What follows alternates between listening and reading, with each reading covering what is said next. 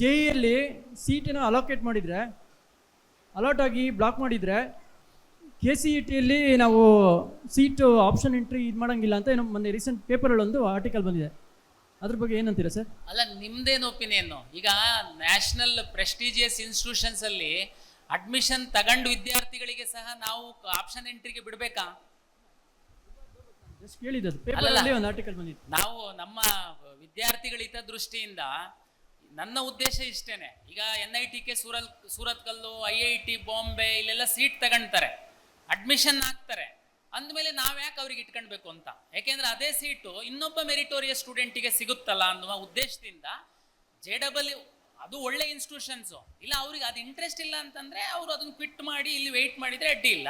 ಹಾಗಾಗಿ ನಾವು ನ್ಯಾಷನಲ್ ಲೆವೆಲಲ್ಲಿ ಈ ಟಾಪ್ ಇನ್ಸ್ಟಿಟ್ಯೂಷನ್ ಏನು IITಗಳಲ್ಲಿ ಅಡ್ಮಿಷನ್ ಆಗ ವಿದ್ಯಾರ್ಥಿಗಳದ್ದು ಮಾಹಿತಿಯನ್ನು ತಗೊಂಡು ನಾವು ಅದನ್ನು ಅವರಿಗೆ ನಮ್ಮಲ್ಲಿ ಅವಕಾಶವನ್ನು ತಪ್ಪಿಸ್ತೀವಿ. ಏನು ಇದರಿಂದ ಒಂದು ನಮ್ಮ ವಿದ್ಯಾರ್ಥಿಗಳಿಗೆ ಅನುಕೂಲ. ಇದು ಯಾಕೆ ಬಂತು ನಮಗೆ ಅಂತಂದರೆ, ಕೆಲವರು ಪಾಪ ವಿದ್ಯಾರ್ಥಿಗಳು ಲಾಸ್ಟ್ ಇಯರ್, ಈ ವರ್ಷ ಅದಾಗಲ್ಲ, ಫೇಶಿಯಲ್ ರೆಕಗ್ನೈಸೇಷನ್ ಮೂಲಕನೇ ಲಾಗಿನ್ ಆಗೋದಕ್ಕೆ ನಾವು ಮಾಡಿದ್ದೀವಿ.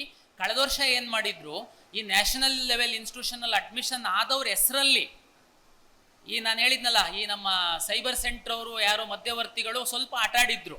ಪಾಪ ಆ ವಿದ್ಯಾರ್ಥಿಗೆ ಏನೂ ಗೊತ್ತಿಲ್ಲ, ಅವನು ಕಾಲೇಜಿಗೆ ಹೋಗ್ತಾ ಇದ್ದಾನೆ, ಅವನ ಹೆಸರಲ್ಲಿ ಒಂದು ಸೀಟ್ ಅಲಾಟ್ಮೆಂಟ್ ಮಾಡ್ಕೊಂಡು ಅದು ಕಾಲೇಜಿಗೆ ಹೋಗೋ ಥರ ಮಾಡಿಬಿಟ್ರು. ನಮ್ಮಲ್ಲಿ ನಿಯಮ ಏನು ಹೇಳುತ್ತೆ, ಹಿಂದೆ 3 ರೌಂಡ್ವರೆಗೆ ಅಡ್ಮಿಷನ್ನು ನಾವು ಮಾಡಬೇಕು, 3 ರೌಂಡ್ ನಂತರ ಏನಾದರೂ ಸೀಟ್ ಉಳಿದ್ರೆ ಕಾಲೇಜಿಗೆ ಹೋಗಬೇಕು ಅಂತ ನಮ್ಮ ಅಗ್ರಿಮೆಂಟ್ ಪ್ರಕಾರ ಇತ್ತು, ಜೀವೋ ಪ್ರಕಾರ ಇತ್ತು. ಅದನ್ನು ಕೆಲವರು ಈ ಥರ ಆಟ ಆಡಿಬಿಟ್ಟು ನಮಗೆ ಮೋಸ ಮಾಡೋ ಪ್ರಯತ್ನ ಮಾಡಿದರು. ಅದಕ್ಕೆ ನಾವು ಈ ಸರಿ ಮಾನಿಟ್ರ್ ಮಾಡಿ ಯಾರು ಅಲ್ಲಿ ಅಡ್ಮಿಷನ್ ಆಗಿದ್ದಾರೆ, ಬರೀ ಅಲಾಟ್ಮೆಂಟ್ ಅಲ್ಲ, ಅಡ್ಮಿಷನ್ ಆಗಿದ್ದಾರೆ, ಅವರಿಗೆ ನಾವು ನಮ್ಮಿಂದ ಹೊರಗಡೆ ಹಾಕ್ತೀವಿ, ನಮ್ಮ ಮಕ್ಕಳಿಗೆ ಅನುಕೂಲ ಆಗುತ್ತೆ. Thank you sir. ನಮಸ್ತೆ. ನನ್ನ ಮಗಳಿಗೆ ವೆಟನರಿ ಪ್ರಾಕ್ಟಿಕಲ್ಗೆ ಅಪ್ಲಿಕೇಶನ್ ಹಾಕಿದ್ದೀವಿ.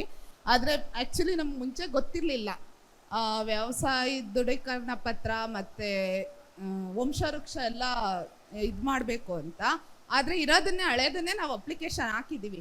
ಆದರೆ ಈಗ ನಮಗೆ ಟೈಮ್ ಇದೆ, ನಾಳೆ ಎಲಿಜಿಬಿಲಿಟಿ ಫಾರ್ಮ್ ಕೇಳ್ತಿದ್ದಾರೆ, ನಾಳೆ ಹೋಗ್ಬೇಕು. ನಮ್ಗೇನಾದ್ರು ಟೈಮ್ ಇದೆಯಾ, ಇಲ್ಲ ಏನಾದ್ರು ಪ್ರಾಬ್ಲಮ್ ಏನು ಆಗಲ್ವಾ ಅನ್ನೋದೊಂದು. ಈಗ ಅಗ್ರಿಕಲ್ಚರ್ ಪ್ರಾಕ್ಟಿಕಲ್ ಸಂಬಂಧಪಟ್ಟಂತೆ ವೆಟರ್ನರಿ ಸರ್, ವೆಟರ್ನರಿ ಓಕೆ, ವೆಟರ್ನರಿದು ಅಗ್ರಿಕಲ್ಚರ್ದು ಮಾರ್ಕ್ಸ್ ಮೇಲೆ ವೆಟರ್ನರಿ ಪ್ರಾಕ್ಟಿಕಲ್ ಸೀಟ್ ಕೊಡ್ತಾರೆ ಅವರು.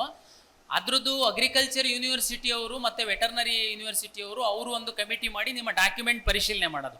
ನೀವು ಯಾರು ನಮ್ಮ ಪ್ರಾಕ್ಟಿಕಲ್ನ ಕ್ಲಿಕ್ ಮಾಡಿದ್ದೀರಾ ಅಗ್ರಿಕಲ್ಚರ್ದು, ನಿಮ್ದು ಎಲ್ಲ ಡೇಟಾನ ಅಗ್ರಿಕಲ್ಚರ್ ಯೂನಿವರ್ಸಿಟಿಗೆ ನಾವು ಕೊಟ್ಟಿದ್ದೀವಿ. ಕೆಲವರು ಎಡಿಟ್ ಮಾಡಿರಲಿಲ್ಲ, ಅವರಿಗೆ ಸಹ ನಾವು 20ನೇ ತಾರೀಕಿನ ತನಕ ಎಡಿಟ್ ಮಾಡೋದಕ್ಕೆ ಅವಕಾಶ ಕೊಟ್ವಿ. 21ನೇ ತಾರೀಕು ನಿಮಗೆ ಡಾಕ್ಯುಮೆಂಟನ್ನು ಅಪ್ಲೋಡ್ ಮಾಡೋದು ಕೇಳಿದ್ವಿ. ನೀವು ಡಾಕ್ಯುಮೆಂಟನ್ನು ಅಪ್ಲೋಡ್ ಮಾಡಿದ್ದೀರಾ ಮತ್ತು ನಿಮ್ಮ ಕೈಯಲ್ಲಿ ಡಾಕ್ಯುಮೆಂಟ್ ಇದೆ ಅಂತಂದರೆ ವೆರಿಫಿಕೇಷನ್ ಟೈಮಲ್ಲಿ ಕನ್ಸಿಡರ್ ಮಾಡ್ತಾರೆ. ಸರ್ಕಾರ ಮತ್ತು ಎಲ್ಲ ಇಲಾಖೆಗಳದ್ದು ಈ ವಿದ್ಯಾರ್ಥಿಗಳ ಇದರಲ್ಲಿ ತುಂಬ ನಾವು ಸ್ಟ್ರಿಕ್ಟಾಗಿ ಇದು ಅಪಾಯಿಂಟ್ಮೆಂಟ್ ಅಲ್ಲ. ಕೆಲವೊಂದು ಮತ್ತೆ ಚಿಕ್ಕವ್ರು ಇರ್ತಾರೆ, ಏನೋ ಒಂದು ಡೇಟು ಆ ಕಡೆ ಈ ಕಡೆ ಆಗಿರುತ್ತೆ. ಬಟ್ ನೀವು ಫಾರ್ಮರ್ ಫ್ಯಾಮಿಲಿ ಅಂತಂದರೆ ಫಾರ್ಮರ್ ಫ್ಯಾಮಿಲಿನೇ ಅಲ್ಲ, ನೀವು ಚೇಂಜ್ ಏನಾಗಲ್ಲ, ನಿಮ್ಮ ಡಾಕ್ಯುಮೆಂಟ್ ಓಲ್ಡ್ ಇರ್ಬೋದು, ಹೊಸದಿರ್ಬೋದು. ಹಾಗಾಗಿ ನೀವು ಅಲ್ಲಿ ಅಗ್ರಿಕಲ್ಚರ್ ಯೂನಿವರ್ಸಿಟಿನಲ್ಲಿ ನಿಮಗೆ ಕನ್ಸಿಡರ್ ಮಾಡ್ತಾರೆ, ನೀವೇನು ಚಿಂತೆ ಮಾಡೋದು ಬೇಡ. Thank you sir. ಸರ್ ನಮಸ್ತೆ. ಸರ್ ನಮಸ್ತೆ. ನಾವು ಈಗ ನೀವು ಹೇಳಿದ್ರಿ ಲಾಸ್ಟ್ ಇಯರು ಅಡ್ಮಿಷನ್ ಮಾಡಿರ್ತೀವಿ, ಇಂಜಿನಿಯರಿಂಗ್ ಕಾಲೇಜ್ಗೆ ಅಡ್ಮಿಷನ್ ಮಾಡಿರ್ತೀವಿ. ಈಗ ನಾವು ಚೇಂಜ್ ಆಫ್ ಕಾಲೇಜ್ ಮಾಡಬೇಕಾದ್ರೆ ಏನಾದ್ರು ಪ್ರೊಸೀಜರ್ಸ್ ಹೇಗಿರುತ್ತೆ ಸರ್ ಅದ್ರದ್ದು? ಈಗ ಇಂಜಿನಿಯರಿಂಗ್ ಕಾಲೇಜಿಗೆ ಅಡ್ಮಿಷನ್ ಆಗಿ ಇಂಜಿನಿಯರಿಂಗಲ್ಲೇ ಇನ್ನೊಂದು ಯಾವುದೋ ಕಾಲೇಜಿಗೆ ಹೋಗಬೇಕು ಅಂತಂದರೆ ಅದಕ್ಕೆ ನಮ್ಮ VTUದವರು ಪ್ರೊಸೀಜರ್ ಇದೆ. ಅದು VTU 2 ಕಾಲೇಜ್ NOC ತಗೊಂಡು ಅವ್ರ ಪೋರ್ಟಲಲ್ಲೆಲ್ಲ ಡೀಟೇಲ್ಸ್ ಸಿಗುತ್ತೆ, ನೋಡ್ಬೋದು. ನಮ್ಮ KE ಮುಖಾಂತರ ಏನು ಅದ್ರದ್ದು ಪಾತ್ರ ಇಲ್ಲ ಕಾಲೇಜ್ ಚೇಂಜಸ್ದು. ನಮ್ಮಲ್ಲಿ ಲಾಸ್ಟ್ ಇಯರ್ ಇಂಜಿನಿಯರಿಂಗ್ ಸೀಟ್ ತಗೊಂಡಿದ್ದೀನಿ, ಈ ವರ್ಷ ನಾನು ಕೌನ್ಸಿಲಿಂಗಲ್ಲಿ ಭಾಗವಹಿಸ್ಬೋದಾ ಅಂದರೆ ಖಂಡಿತ ಭಾಗವಹಿಸ್ಬೋದು. ಬಟ್ ನೀವು ಯಾವ ಸೀಟ್ ತಗೊಂಡಿದ್ದೀರಾ ಅದಕ್ಕೆ ಭಾಗವಹಿಸೋದಕ್ಕೆ ಅವಕಾಶ ಇರಲ್ಲ. ನೀವು ನೆಕ್ಸ್ಟು ಉದಾಹರಣೆಗೆ ಮೆಡಿಕಲ್ ಈ ವರ್ಷ ನೀಟ್ ಬರೆದಿರ್ತಾರೆ, ಅದಕ್ಕೆ ನೀವು ನಮ್ಮಲ್ಲಿ ಭಾಗವಹಿಸ್ಬೋದು, ನಮ್ಮಲ್ಲೇನು ಬಾರ್ ಇಲ್ಲ. ಬಟ್ ಆದರೆ ಅದಾದಮೇಲೆ ಕಾಲೇಜಲ್ಲಿ ಕ್ಯಾನ್ಸಲ್ ಮಾಡ್ಕೊಂಡು ಬರುವಂಥದ್ದು ಪ್ರಕ್ರಿಯೆ ಎಲ್ಲ ಬೇರೆ ಇರುತ್ತೆ. ನಮಸ್ಕಾರ ಸರ್.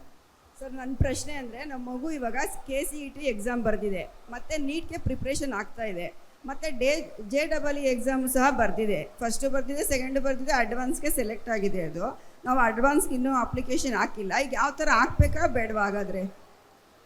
ಅಲ್ಲ, ಅದು ನಿಮಗೆ ಈಗ ಉದಾಹರಣೆಗೆ ಎಲ್ಲರದೂ ಮಕ್ಕಳದ್ದು ಪೋಷಕರದ್ದು ಒಂದು ಕನಸಿರುತ್ತೆ, JEE is a top priority.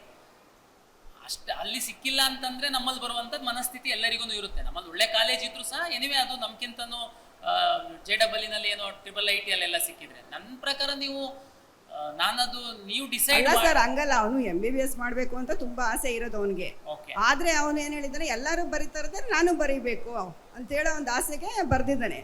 ಅದು ಸೆಲೆಕ್ಟ್ ಆಗಿದ್ದಾನೆ. ಅಡ್ವಾನ್ಸ್ಗೆ ಅಪ್ಲಿಕೇಶನ್ ಹಾಕ್ಬೇಕು. ಈಗ ಹಾಕ್ಬೇಕಾ ಬೇಡವಾ ನಿಮಗೆ ಹೇಳ್ತಾ ಇದ್ರಲ್ವಾ, ಇದರಿಂದ ನಾವು ತೆಗ್ದಾಕ್ಬಿಡ್ತೀವಿ KCET ಇಂದ ಅಂತ ಹೇಳಿ.